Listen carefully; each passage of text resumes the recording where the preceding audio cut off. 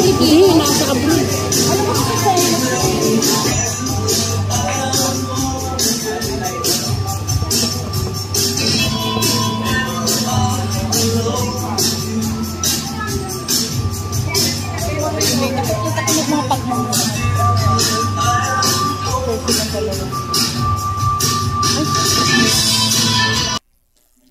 Welcome back mga kaaldab. Ito na naman po ang inyong lingkod, si Mr. Destiny. At magbibigay po tayo ng pinakamainit na update po ngayon sa social media mga kaaldab. Maraming nagko-komento ngayon na kakaiba ng ibang istorya naman daw po ang Aldab sa Katnel. Ang Katnel mga kaaldab after 11 years talaga naman pong kumbaga masakit sa biglaang paglaho dahil si Daniel hindi naman po nila tinago yung relasyon nila. Bagkus open po talaga ito para po sa mga fans. Hindi po katulad ng Aldab nila Mengay at ni Alden na pinoprotektahan po nila yung kani-kanilang kontrata. Hindi po ba? Sabi nga po ni Arnold Clavio, mawawalan tayo ng trabaho kapag may mga bagay-bagay na umamin nga po sila.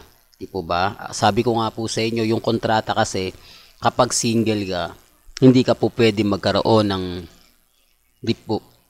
Ang ibig kong sabihin, binabalik ko lang po yung nakomento natin. Although sasabihin nyo, alam ko na yan Mr. Destiny, kumbaga paulit-ulit ka na lang. Hindi, para lang po klaro. Kasi sabi ko nga po sa inyo, yan po yung mga sinasabi nila na malaking pagkakaiba nga po raw sa Aldab ang Katnel. Totoo naman po, malaki po talaga. Di po ba? Mahirap po talagang ipaliwanag pero ganun po talaga. Sabi ko nga po sa inyo, kung ano lang po naman yung pinag-uusapan, kung ano lang po yung trending, dun lang po tayo. Di po ba? At kung ano po yung mga napapakinggan po ninyo, na naririnig ninyo, napapanood ninyo, relax lang, chill lang tayo, di po ba? Sabi ko nga po sa inyo, kumbaga kampante lang, di po ba? Maging matatag. At lalo na nga po sa mga nagsasabi sa akin, Mr. Destiny, dumating si Mengay pagkatapos ng Eat Bulaga.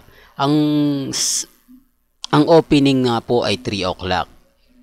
Sinasabi nilang alas 4 na nga po ba o alas 3. Gaya ng sinabi ko, may mga main fanatics nga po yung pumunta ron. Pero sabi ko nga, mag-aabang yan Siyempre, tatanong po nila kung darating si Main.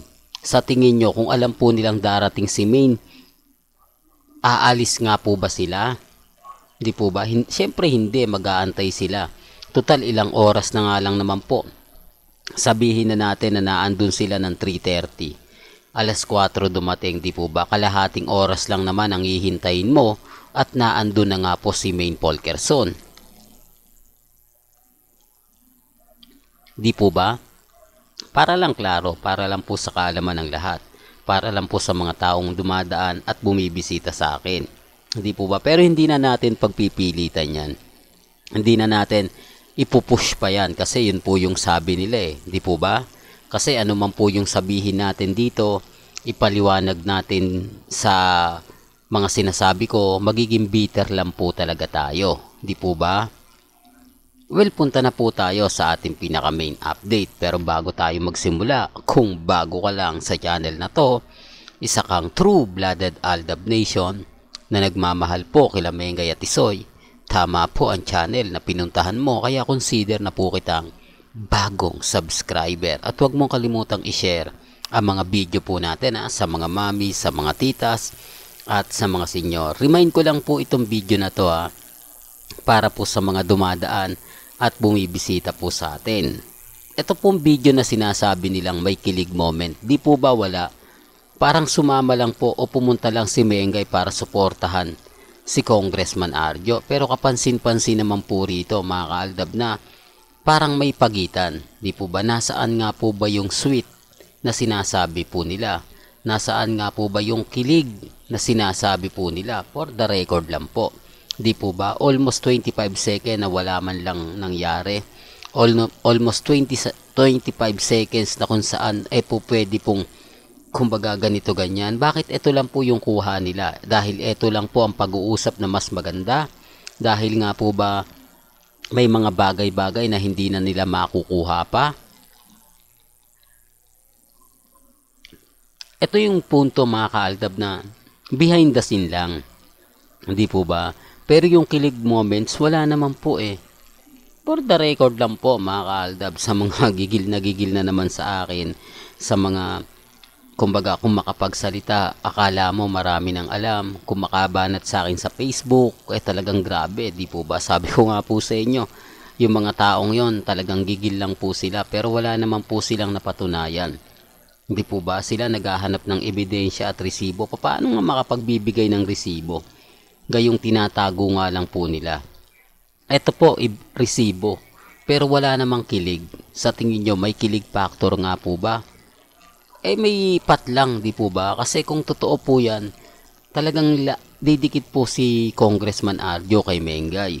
At si Mengay naman po ay didikit. Di po ba? Bakit may mga parang may mga pagitan?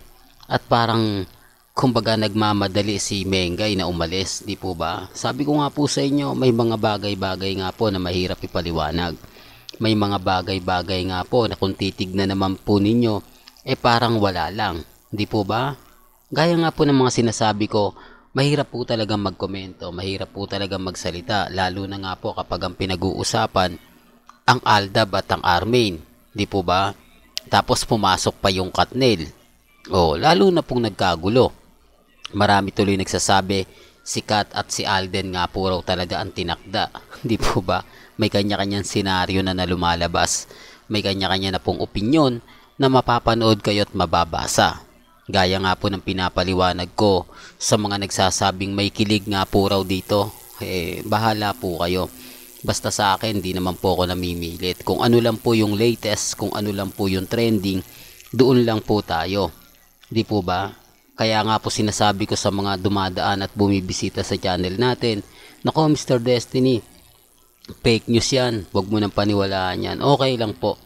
Bahala na po sila kung ano yung sa tingin po nila. Bahala na po sila kung ano nga po ba talaga yung gusto nilang mangyari at gusto po nilang ipaliwanag. Ang sa akin lang po kung ano yung nakikita ko, doon lang po tayo bumabase. Di po ba? Kasi kung titignan nyo yung mga post ni Rambo at ni Maha, 30 seconds lang pero ang daming mga kilig moments na kung saan talagang totoo at hindi mo inedit. Samantalang dito, bihira lang po sila makita pero parang wala. Parang nag-uusap lang yung magkaibigan. Di po ba? Although sabihin nyo, bitter na naman ako. Di po ba? Bahala po kayo kasi kung ako lang pinapaliwanag ko lang po ito, sinasabi ko lang po ito, bahala po ko naman kayo kung ano yung magiging desisyon ninyo. Kung sa tingin ninyo nakakakilig yan, nire-respeto ko po kayo at ginagalang. Kung nakakakilig po yung mga bagay-bagay na ganyan, lalo pa po kay Alden. Di po ba na kung saan nga po talagang dikit na dikit at talaga makikita mo off-cama yung mga galawan nila na sinasabing wala naman daw pong relasyon. Magkaibigan lang, di po ba? Okay lang naman po yun mga kaaldab. Sabi ko nga po sa inyo, hindi naman po ako namimilit. Ang sa akin lang, pinapakita ko lang po yung mga video na sinasabi nilang may kilig moments. Di po ba?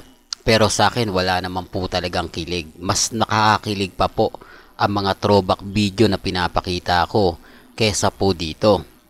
Di po ba? Totoo naman po eh. Sabi ko nga po sa inyo kung pag-uusapan lang po sila Mengay at si Alden, talagang mas nakakakilig, mas talagang kumbaga yung presensya ng dalawa, yung chemistry, lahat-lahat na. Samantalang ito, partida, mag-asawa pa raw po yan. Saan ka naman po makakita ng mag-asawa na may distansya?